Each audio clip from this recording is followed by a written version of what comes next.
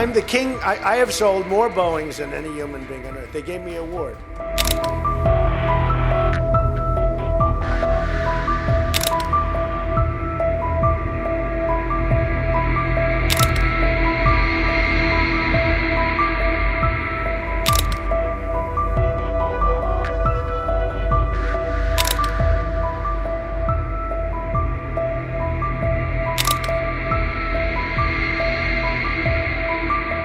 You cannot separate U.S. President Donald Trump from his outrageous comments. If you invite Trump for an interview, you are bound to get both. And the same happened in a recent interview with the New York Times. This week, the U.S. president sat down with the NYT for a wide-ranging interview that covered his views on Taiwan, Greenland, weight loss drugs, Venezuela, and last but not least, his stance on international law.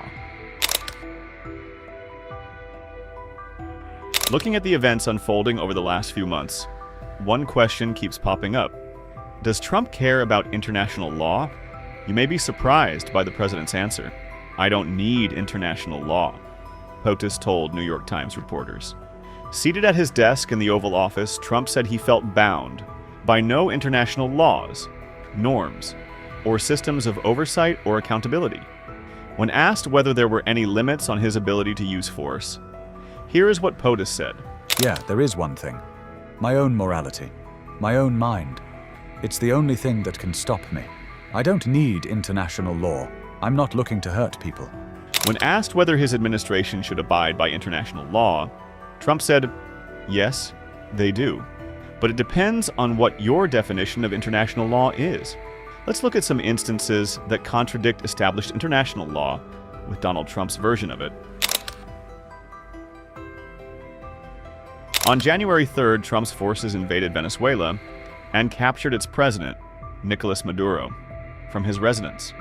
Trump's decision to bring Maduro to the United States to face narco-terrorism charges marks a major legal and strategic turning point, raising alarms for other states that may conflict with U.S. national interest. While U.S. courts can assert jurisdiction once an accused is present on American soil, that does not make the method of capture legal under international law. Article 2.4 of the UN Charter prohibits the use of force against another state's sovereignty without self-defense or UN Security Council authorization, neither of which applied here. Customary international law and ICJ rulings also protect sitting heads of state from foreign criminal jurisdiction. U.S. forces boarded and seized a Russian-flagged oil tanker, Marinera, formerly known as Bella 1, on December the 7th in the North Atlantic, after a weeks-long pursuit tied to enforcement of Venezuela-related sanctions. The vessel had been sanctioned in 2024 for involvement in a shadow fleet, transporting illicit oil, and had evaded an earlier Coast Guard boarding near Venezuela. Russia condemned the seizure as unlawful under the 1982 UN Convention on the Law of the Sea, arguing that no state has the right to use force against a duly registered ship on the high seas. Moscow demanded the return of its citizens aboard and labeled the U.S. action a breach of international maritime law. Iran is in turmoil as nationwide anti-government protests have rocked the Islamic Republic. So far, violence surrounding the protests has claimed 42 lives, while more than 2,270 people are in detention, according to the US-based human rights activists news agency. Trump said he was stepping in to rescue the people of Iran.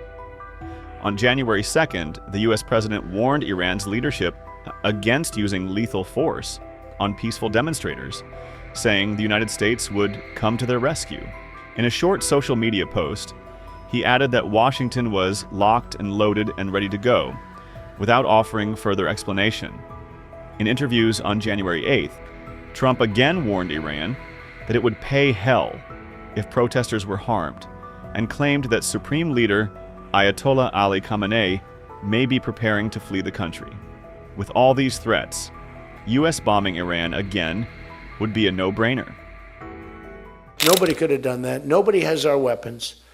Nobody has the quality of our weapons. The problem is we don't produce them fast enough. We're going to start producing them much faster. We're going to be very tough on the companies. We have the best weapons in the world, but it takes too long to get them, including allies. When allies want to buy them, they have to wait 4 years for a plane, 5 years for a helicopter. We're not letting that happen anymore. We're telling our defense contractors, you're going to start building faster. You know, guy makes... I have a big problem with it. I'm the king. I have sold more Boeings than any human being on earth. They gave me an award, Salesman of the Year. I said, what about Salesman of the in the history of Boeing? I've sold more Boeing planes than any man in history by far, probably over 1,000. Over 1,000 planes. I said, that's the good news. But why should they wait 3-4 years to get a plane? They should build them, get them immediately. The F-35s, it takes too long to get them. The Apache helicopter. I mean, I had India coming to me, sir, I've been waiting 5 years. We're changing it. We're changing it. As everyone knows, the oil business in Venezuela has been a bust, a total bust, for a long period of time. They were pumping almost nothing by comparison to what they could have been pumping and what could have taken place. We're going to have our very large United States oil companies, the biggest anywhere in the world, go in, spend billions of dollars, fix the badly broken infrastructure, the oil infrastructure, and start making money for the country.